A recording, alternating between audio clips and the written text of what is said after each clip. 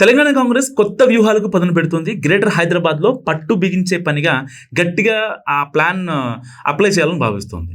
కంటోన్మెంట్లో మొదలైన పరంపరను ఆ గెలుపు దుందుబిని జూబ్లీ హిల్స్లో కూడా కొనసాగించాలనుకుంటుంది. ఇంతకీ కాంగ్రెస్ పెద్దల అసలు ప్లాన్ ఏంటి, ఏమి స్ట్రాటజీ అక్కడ అప్లై చేస్తారు, జూబ్లీ హిల్స్ బైపోల్ వ్యూహం ఎలా ఉండబోతుందో తెలుసుకుందాం. So Jubilee hills MLA Maganti Gopinath అనారోగ్యంతో చనిపోయారు. దీంతో ఆ అసెంబ్లీ సీట్ ఖాళీ అయింది. ఇందుకు సంబంధించి శాసనసభ సెక్రటరీ గెజెట్ ఇచ్చారు కూడా.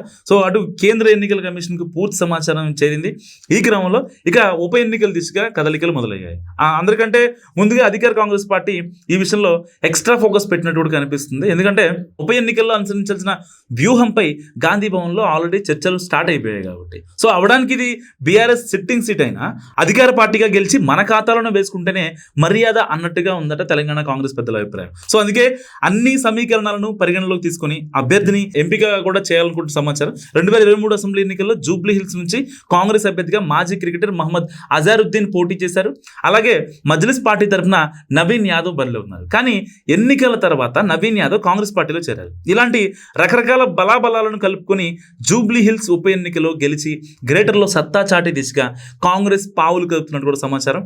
మరోవైపు ఆశావహులంతా ఇప్పటికే ఎవరి ప్రయత్నాల్లో వాళ్ళు ఉన్నారు. దీంతో ఈసారి టికెట్ ఎవరికి దక్కుతుందన్న చర్చ జోరుగా జరుగుతుంది పార్టీలో.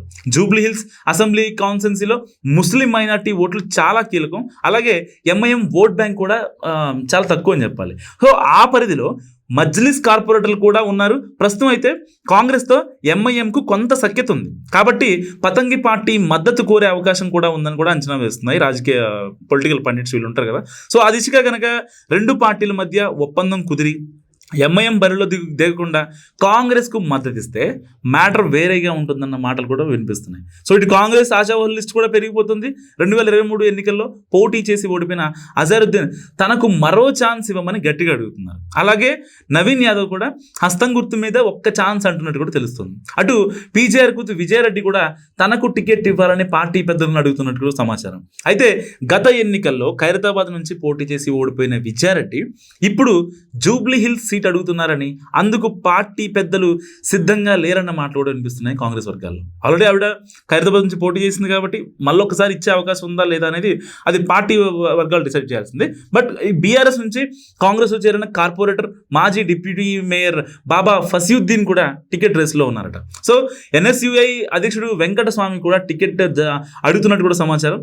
టైం గడిచే కొద్దీ ఇలా ఒక్కొక్కరు యాడ్ అవుతూ ఆశావహుల లిస్ట్ పెరుగుతుంది. ఆ సంగతి ఎలా ఉన్నా అభ్యర్థి విషయంలో ఎక్స్ట్రా కేర్ తీసుకొని జూబ్లీ హిల్స్ కాన్స్టిట్యున్సీలో ఎట్టి పరిస్థితుల్లో పాగా వేయాలన్న గట్టి పట్టుదలతో ఉందట కాంగ్రెస్ నాయకత్వం.